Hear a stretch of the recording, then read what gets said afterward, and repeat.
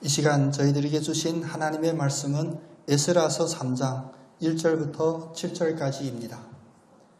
이스라엘 자손이 각자의 성읍에 살았더니 일곱째 달에 이르러 일제히 예루살렘에 모인지라. 요사닥의 아들 예수아와 그의 형제 제사장들과 스알디엘의 아들 스룹바벨과 그의 형제들이 다 일어나 이스라엘 하나님의 제단을 만들고 하나님의 사람 모세의 율법에 기록된 대로 번제를 그 위에 드리려 할세. 무리가 모든 나라 백성을 두려워하여 제단을 그 터에 세우고 그 위에서 아침 저녁으로 여호와께 번제를 드리며 기록된 규례대로 초막절을 지켜 번제를 매일 정수대로 날마다 드리고 그 후에는 항상 드리는 번제와 초하루와 여호와의 모든 거룩한 절기의 번제와 사람이 여호와께 기쁘게 드리는 예물을 드리되 일곱째 달 초하루부터 비로소 여호와께 번제를 드렸으나 그때에 여호와의 성전 지대는 미처 놓지 못한지라. 이에 석수와 목수에게 돈을 주고 또 시돈 사람과 두론 사람에게 먹을 것과 마실 것과 기름을 주고 바사왕 고레스의 명령대로 백향목을 레바논에서 욥바 해변까지 운송하게 하였더라. 아멘. 찬양으로 고백했듯이 역전되리라. 하나님이 우리의 모든 상황을 역전시켜 주실 줄 믿습니다. 그 믿음 안에 우리에게 예배 자리로 불러주셨는데 이 예배 자리에서도 우리의 모든 마음과 생각들이 역전이 되는 축복이 있기를 원합니다. 우리 옆 사람 이렇게 축복하면서 인사 나누겠습니다. 예배로 두려움을 이깁시다.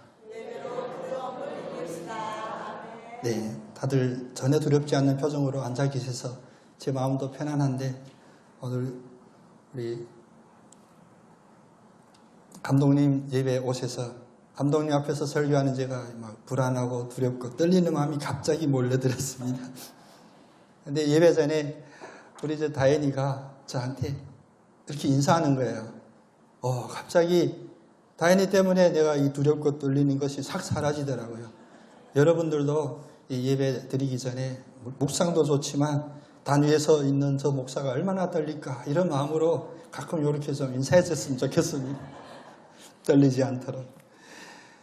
요즘 우리 주변에 보면 참 무섭고 떨린다라는 그런 불안감으로 사는 이들이 많아요. 의외로 많습니다. 특별히 젊은 친구들 가운데 이런 불안감에 잡혀있는 친구들이 많아요. 그래서 얘기를 나눠보면 왜 불안하냐, 떨리냐 하면 다 환경에 대한 이야기를 합니다. 앞으로 진로가 어떻게 될지, 또 내가 감당할 수 있을지, 모든 이런 문제를 이야기하다 보면 모두 환경의 문제를 이야기하는데 우리는 분명히 알아야 됩니다. 지나친 이런 불안과 두려움은 환경에서 오는 것이 아니라 마귀 사탄에게서 오는 마음입니다. 성경은 분명히 우리들에게 선포하십니다. 하나님의 마음은 우리들에게 불안함, 두려움 이런 것이 아니라 담대함, 소망, 긍정적인 마음이라고 말씀하시죠. 그리고 마음에서 일어나는 이런 모든 마음의 어떤 감지들, 두려워하는 마음이든 담대해하는 마음이든 이것은 우리의 영적인 상태를 나타내는 징표이기도 합니다. 우리의 마음에 두려움과 불안이 많을수록 여러분 오늘 찬양 드렸듯이 역전시켜 주시는 주님 앞에 기도를 멈추지 않는 여러분 다 되시기를 원합니다. 지금 에스라서를 계속 보고 있습니다. 에스라서의 주제는 딱 두 가지였죠. 하나는 성전의 재건과 예배의 회복입니다. 그래서 우리가 종교개혁이라고도 하는데 에스라의 종교개혁은 다른 목적이 아닙니다. 무너져 있던 성전을 세우고 마음속에 무너져 있는 그 예배를 다시 회복하는 것, 그것이 바로 온전한 종교개혁이었습니다. 자기들의 자력이 아니라 어떤 자기들의 노력이 아니라 하나님께서 그 고레스의 왕의 마음을 감동시켜 주셔서 갑자기 자유함을 얻었습니다. 그래서 자기의 옛 고향으로 돌아왔습니다. 근데 옛 고향에 돌아오면 신나고 기분이 좋아야 될 텐데 무너져 있는 그 성전을 바라보고 또 자기들이 포로로 잡혀있는 그 70년 동안 그 땅에 얼굴도 몰라요. 어디서 왔는지도 모를 이상한 족속들이 차지하고 있는 것을 보았을 때 그들의 마음에는 불안감과 두려움이 더 컸습니다. 그런 마음으로 시작합니다. 그래서 오늘 3절 말씀에도 모든 백성이 그 나라 그 땅에 있는 모든 백성을 두려워하더라라는 그들의 심리적인 상태를 이야기해 주고 있죠. 그런데 이런 두려움 속에서 하나님은 하나님이 인도해 내신 자기의 자녀들을 두려움에 눌려 있고 공포감에 사로잡혀 있기를 결코 원하지 않으십니다. 다시 그들을 일으키시는데 오늘 말씀해 보니까 하나님은 세 가지 방법으로 이 백성들을 담대하게 승리의 마음을 품게 하셨습니다. 첫 번째는 우리 함께 고백드려 보겠습니다. 공동체를 회복합니다. 아멘. 사실 두려움이 엄습해 올 때 또 하나의 우리가 짚어볼 수 있는 것은 뭐냐면 내가 혼자이다 라고 생각하면 그 두려움이 몇 배나 더 커집니다. 그래서 홀로 있을 때 가장 많이 두려워하죠. 실상은 동일한 위험을 직면하고 있는 주변에 많은 사람이 있음에도 불구하고 자기만 이런 위험한 상황에 처했다라고 착각하는 거예요. 그런데 이 착각을 깰 수 있는 것이 무엇이냐? 바로 옆에 있는 사람 손잡는 거예요. 가까이 있는 사람과 함께 하는 겁니다. 그래서 함께 있을 때 그들의 마음에 비록 동일한 목표를 행하지 않을지라도 서로 잡고 있는 그 손의 따뜻한 온기 때문에 그래도 어느나마 진정이 되고 그래도 소망이 있겠다라는 그런 실가닥 같은 희망을 붙잡게 되는 겁니다. 그래서 공동체는 매우 중요합니다. 우리가 살고 있는 이 나라, 이 민족도 요즘 어린아이들의 그 고백, 물론 장난처럼 하는 이야기지만 너무나 마음이 아파요. 이게 도대체 나라이냐? 이 나라에 계속 살아야 되냐?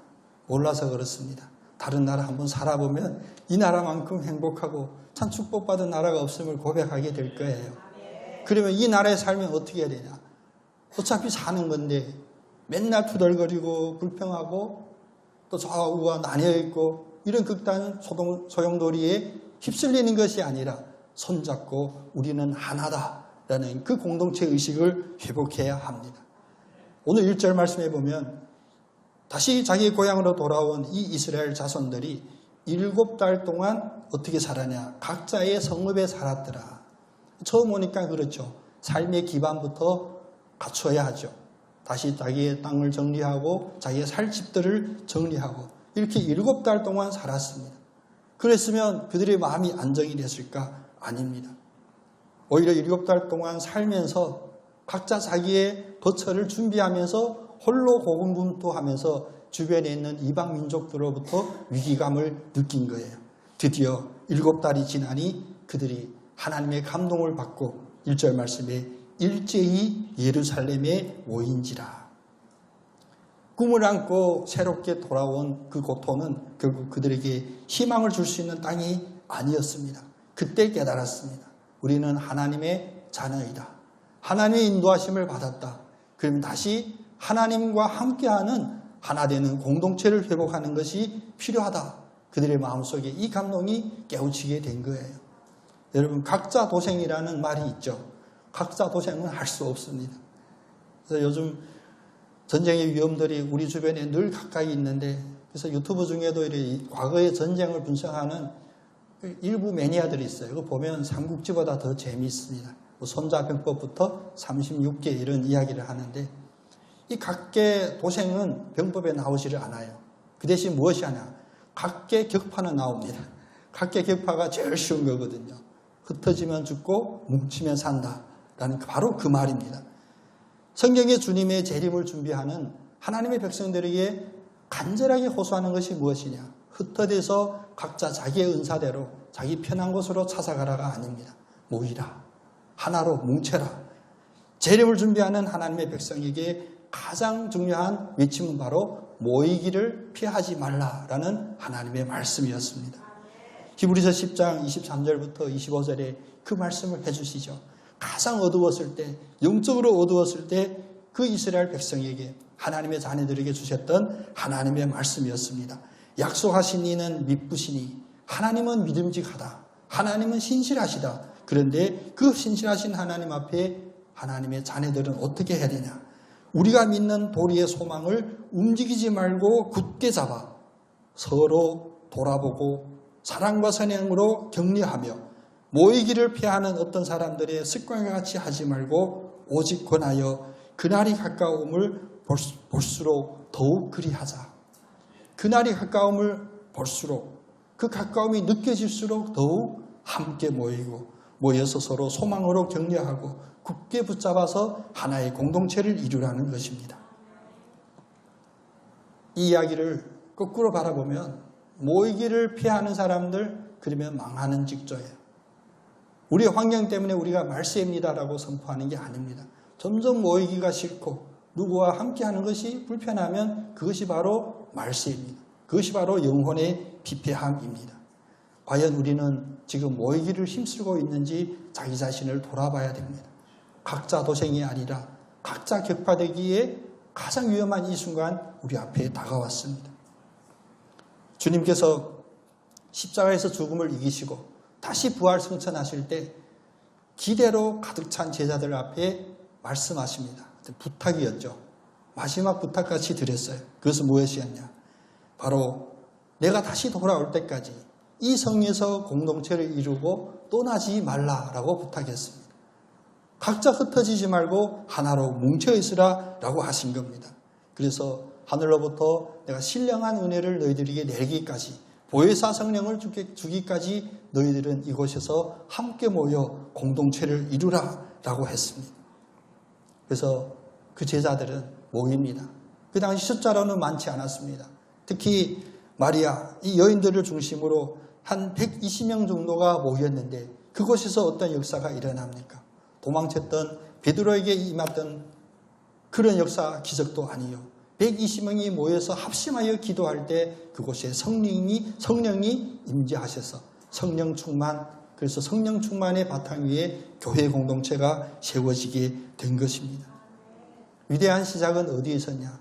각자 흩어졌을 때가 아니라 하나된 주 안에서 함께 모이고 서로 손잡고 소망으로 격려할 때 그때가 바로 위대한 시작이 되었습니다. 그러니 두려움은 당연히 사라졌죠. 이제는 숫자 120명에 있는 것이 아닙니다. 단대히 예수는 그리스도시다 라는 그 선포를 할 때 성령의 충만함을 입어 그들이 새로운 역사를, 인류의 새로운 역사를 쓰기 시작했던 것입니다. 함께 모이는 것, 함께 모이면 무엇을 해야 될까? 앞에도 포함되어 있었지만 우리가 핵심을 기억하기 편하기 위하여 두 번째는 우리 이렇게 고백해 봅시다. 함께 모여 예배를 회복합시다. 아멘. 저도 어렸을 때 사실 형이 없어서 늘 형이 있는 친구들이 부러웠어요. 왜냐면 우리 친구들끼리 어떤 뭐 갈등이 있고 가끔 뭐 있으면 형들이 나와서 그 편 들어주는 게 너무 부러운 거예요. 저는 왜 누나밖에 없어서, 그것도 10살이나 위인 누나라 저에게 전혀 도움이 되지 않았던 거예요. 그러다 보니까 가까이 친했던 친구들 보니 하나 둘씩 다 형이 없는 친구들끼리 뭉친 거예요. 그래서 나중에 한 30명이 되니까 그 동네에서는 나름 천하무적이었습니다. 30명이 뭉치니 힘이 있는 듯 했어요. 근데 그 30명이 모여서 뭐 했냐? 지나간 과거이니까 솔직히 고백하지만 부모님들이나 선생님들이 속 썩일 만한 그런 일만 하죠. 모여서 중요한 것이 아니라 모여서 무엇을 하는가가 더 중요한 것입니다. 이스라엘 백성들은 각자 살려고 자기의 터전에서 각자의 성읍에서 살았는데 7개월 살다 보니 회복이 되지 않고 오히려 두려움과 불안감이 더 커졌을 때 예루살렘이 하나로 모였습니다. 그리고 모여서 한 일이 무엇이냐? 바로 2절, 3절에 이야기합니다.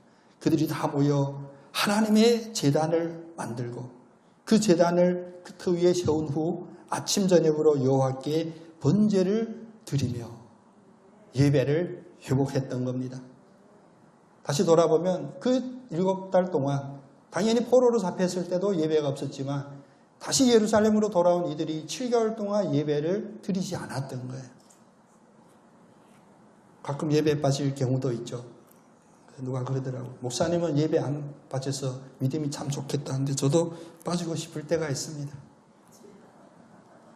제 아내가 그래도 당신이 담임 목사인데 예배 안 나가면 어떡하냐 그런 얘기 전에 들은 적도 있습니다. 예배 드리지 않으면 그것이 회복이 되지를 않습니다. 모든 것의 회복은 예배의 회복이 있음을 여러분 확신하시기를 바랍니다. 주변의 두려움, 불안감, 우리의 힘을 키우고 우리가 뭉쳐서 싸워서 이기자 아닙니다. 그래서 이들은 70년 동안 하나님께서 포로로 되게 하시고 훈련시켰던 백성이 분명합니다. 이 두려움과 불안함 속에서 그들은 살 길을 알았습니다. 다시 모여 제단을 세우고 제단 위에 번제를 드리기 시작했습니다. 여러분 이 이야기 듣고 마음 아파하거나 목사님이 세상 물정 모르네 이렇게 이야기하시면 안 됩니다. 여러분 먹고 사는 문제가 여러분이 살 길이 아닙니다. 먼저 영이 살아야 먹고 삽니다. 먼저 주님 앞에 예배를 회복하는 여러분 다 되시기를 원합니다. 그 이상한 경제 뉴스 안 보셔도 돼요. 뭐 금리가 어떻게 됐고 뭐 저하고 상관이 없고요. 여러분하고도 상관이 없습니다. 요즘 주식시장이 뭐 어떻게 됐든 아닙니다. 가장 중요한 것은 무엇이냐? 이러한 사건이나 현상에서 여러분 영적인 문제를 바라봐야 돼요. 우리의 불안함, 우리의 두려움을 이길 수 있는 유일한 길은 하나님 앞에 믿음을 회복하는 것이고 그 믿음의 회복함의 첫 발자국은 바로 예배를 회복하는 것입니다. 그래서 6절에 보니까 초하루부터 여호와께 번제를 드리기 시작하는데 그때의 마음 아픈 상황입니다. 여호와 성전의 지대는 미처 놓지 못한지라. 아직 성전의 그 기초마저도 완성하지 못했지만 예배부터 회복했습니다. 우리가 예배를 소홀히 하거나 소홀히 하지 않지만 가끔 빠지는 그런 이유들을 보면 다 이유들이 있어요. 또 합리적인 듯하여 그렇듯 보여요. 그런데 오늘 말씀해 보듯이 성전이 있어야만 성전이 건축되어야만 예배가 드린다? 아닙니다. 성전은 무너져 있지만 폐허 같지만 그 성전 지대도 아직 미처 놓지 못했지만 성전이 없어도 제단 쌓고 예배드리는 일은 가능했습니다. 여러분, 여러분의 삶의 모든 자리가 아브라함처럼 돌덩이 몇 개 쌓아놓고라도 하나님께 예배를 드리는 그런 제단이 이루어지기를 원합니다.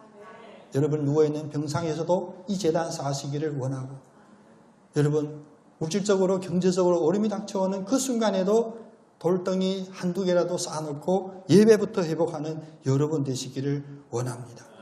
이 예배란 우리들에게 사실 영적인 문제이기 때문에 손에 만져지지 않고 눈에 보이지 않을 수 있어요. 그런데 우리 심령 속에 온전히 하나님의 성전이 이루어져서 그 성경은 우리들에게 뭐라고 합니까? 너희들의 몸이 거룩한 성전인 줄 모르냐? 우리에게는 첫 번째 외형적인 건축적인 성전이 건축되기 이전에 이미 우리에게 피할 수 없는 이 성전을 허락해 줬습니다. 그러면 성전이면 그 안에서 이루어야 될 일이 무엇이냐? 온전히 예배드리는 그 일이었습니다. 혹시 오늘날 우리 코로나 지난 이후에 한국 교회들이 예배가 무너졌다 이런 안타까운 소식들을 많이 이야기합니다. 그러나 코로나를 통하여 우리들이 각성해야 될 것이 하나 있었습니다. 우리 함께 모이는 일 어찌 보면 독려를 잘하고 또 메시지가 강력하면 함께 모일 수가 있습니다. 그런데 더 어려운 것이 무엇이냐? 우리가 혹시 흩어졌을 때 홀로 있을 때 하나님 앞에 예배 드리지 못하는 그 상황이 가장 심각한 것입니다. 오늘 주일날 드리는 이 예배 매우 중요하죠. 빠지면 안 되죠.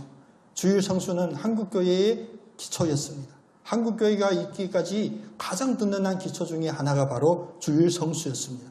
그런데 여러분의 가정에서, 여러분의 직장에서, 여러분 홀로 있는 그 자리에서 예배가 회복되고 계십니까? 개인적으로 드리는 이 예배의 중요성이 온전히 인지되고 회복되지 않으면 공예배도 큰 의미가 없습니다. 이 예배의 중요성은 홀로 있을 때도 느끼지 못하는데 함께 모여 우리가 많은 사람이 모여 있다고 해서 그 속에 특별한 분위기가 있는 것이 아닙니다. 그래서 주님도 말씀하시죠. 하나님은 영이시니 예배드리는 자는 자기 영과 진리로 예배할지어다. 여러분이 계신 모든 자리가 두려움과 불안의 자리가 아니라 주님께 영과 진리로 예배드리는 예배의 자리, 축복의 자리 되기를 온전히 원합니다. 하나님은 순전하신 영이십니다. 그래서 하나님을 믿는 그 모든 일은 영적인 일입니다. 영적인 일은 영적으로 해야 되죠. 외형적으로나 물질적으로나 우리의 감각으로 이루어지는 것이 아니라 순전하신 주님 앞에는 온전히 신령과 진정으로 드리는 그 예배로 나아가야 온전한 그 시작이 열려지게 됩니다. 하나님을 온전히 만나는 그 예배, 여러분 간절히 사모하시고 두려움과 불안감을 이기는 가장 강력한 무기와 장소로 삼으시기를 축복합니다. 함께 모여서 두 번째로 예배드리니 그들에게 어떤 하나님의 축복의 현상들이 드러나게 되었을까? 세 번째, 함께 고백하겠습니다. 감사가 회복되었습니다. 아멘. 4절에 보니까 이제 기록된 규례대로 초막절을 지킨다라고 나오죠. 초막절을 지켜 번제를 매일마다 정수대로 날마다 드리고, 초막절, 신명기에 나오는 이 초막절 우리가 잘 알잖아요. 초막절의 그 영적인 의미는 무엇입니까? 하나님이 그들을 애굽에서 구원하여 내셔서 광야와 같이 보였지만 하나님이 동행하셔서 그들에게 광야에서도 머무를 곳이 있게 하셨고, 그 속에서 먹을 것, 마실 것을 주셨던 하나님의 그 은혜에 감사하는 것이 바로 초막절입니다. 그래서 자기 아파트에 살더라도 아직도 유대인들은 초막절 되면 굳이 밖에 나가서 초막을 짓고 그 속에서 하나님이 정해진 그 규례대로 예배를 드린다고 해요. 물론 예수 그리스도가 빠져있는 그 예배, 그것은 거짓 예배고 텅 빈 예배이죠. 그러나 초막절이 우리에게 주는 의미는 무엇 해도 과거의 어떤 순간에도 우리와 함께 하셨고, 우리가 봤을 때 환경을 탓할 만한 환경이라 할지라도 우리에게 잠잘 곳과 바람과 비를 피할 곳과 먹을 것과 마실 것을 주신 하나님의 은혜에 감사드리는 것이 초막절의 의미입니다. 그래서 초막절을 지켰다. 그것은 뭐냐? 마음의 감사가 다시 회복되었다는 것입니다. 여러분, 이 말은 매우 중요하니까 꼭 기억하셔야 됩니다. 두려움의 반대말은 용기가 아니라 두려움의 반대말은 감사입니다. 두려움의 반대말이 무엇이라고요? 용기로 두려움을 이길 수는 없습니다. 혈기로 이길 수 있는 것이 아닙니다. 그러나 가장 강력한 용기는 무엇이냐? 바로 감사하는 것입니다. 마귀 사탄이 우리를 불안해하게 하고 두렵게 하는 것은 무엇이냐? 하나하나 논리적으로 모든 여건을 펼쳐놓습니다. 이거 할 수 없지. 이거 너 가질 수 없지. 이거 내 거 아니야. 그래서 우리에게 박탈감이 있게 해서 두렵게 하고 홀로 있게 하고 외롭게 하여 불안하게 하는데, 감사는 무엇이냐? 없어도 감사. 죽을 것 같아도 감사. 모든 것이 감사가 될 때는 이 마귀 사탄의 어두운 역사가 우리를 이길 수가 없는 것입니다. 여러분도 답답한 상황이 있을 겁니다. 앞이 막막하고 어찌해야 될지를 모르는 순간이 있을 것입니다. 그때 주여 우리에게 보여주시옵소서라는 간절한 기도도 필요하지만 먼저 담대하게 승리에 선포하시는 여러분 되시기를 원합니다. 하나님, 이럴지라도 감사합니다. 이럴지라도 감사합니다. 성경은 두려워하는 자들에게 주의 은혜를 헤아리는 바로 이 감사의 회복을 말씀하고 있습니다. 그래서 세상에 예수 믿지 않는 사람들은 가끔 힘들어해요. 예수 믿는 이들을 보고 또 예수 믿는 이 복음을 보고 힘들어해요. 왜? 세상 모든 사람들은 문제가 생기면 그 문제 해결을 간절히 바라죠. 누군가가 그 문제를 해결해주면 능한 사람, 유능한 사람, 신이라고 말하기까지도 합니다. 그런데 주님의 말씀은 언제도 어느 한 번도 우리가 문제를 이야기할 때 문제에 대하여 1대1로 이야기하지 않으십니다. 그래서 많은 경우 기독교 역사 2000년 동안 역사의 기록을 보면 가장 많았던 한탄이 무엇이냐? 하나님 앞에 왜 하나님 침묵하십니까? 하나님 왜 나타나지 않으십니까? 그게 좀 성깔이 좀 있는 이들은 하나님은 십자가에서 진정 죽으셨습니까? 그렇게 하는 사람도 있었어요. 왜? 아직 어린아이와 같은 하나님의 진정한 복음의 깊이를 알지 못하였습니다.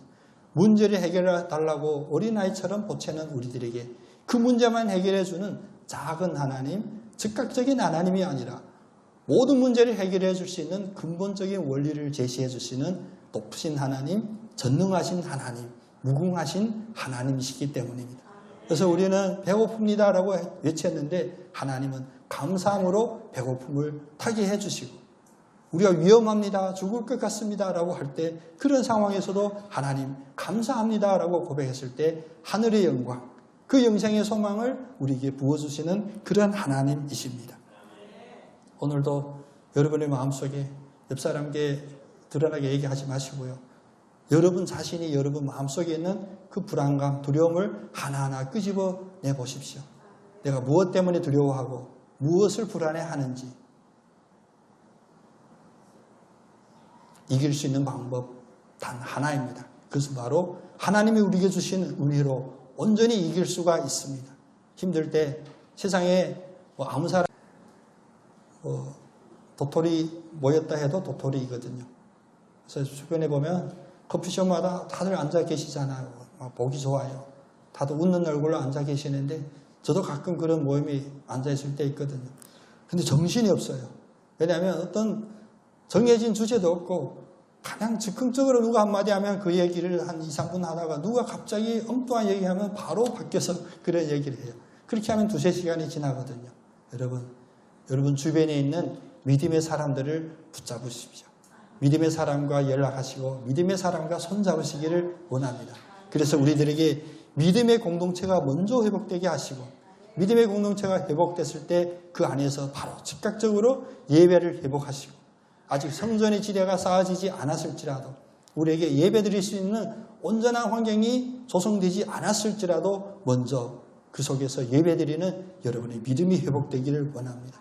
그러면 당연히 여러분의 생각과 입술에 감사함이 터져나올 것입니다. 감사가 회복됐을 때 여러분 선포하십시오. 주님, 제가 승리했습니다. 네. 문제가 해결돼서 승리가 아니라 제 입술에서 진정으로 감사가 흘러나올 때 그것이 바로 여러분 승리한 순간이십니다. 주님께 나오셔서 주님의 백성들과 함께 예배드리고 예배 속에서 감소가 회복될 때 하나님은 가장 기뻐하시고 하나님이 영광 받으시고 또 우리들에게는 함께함의 그 형통함을 온전히 축복으로 허해 주십니다. 그래서 주님은 우리들에게 말하죠. 두려워하지 말라. 떨지 말라. 놀라지 말라. 왜? 내가 내 능력과 편팔로 너희들을 붙잡아 주리라. 이 말씀 안에 우리의 예배 회복이 있습니다.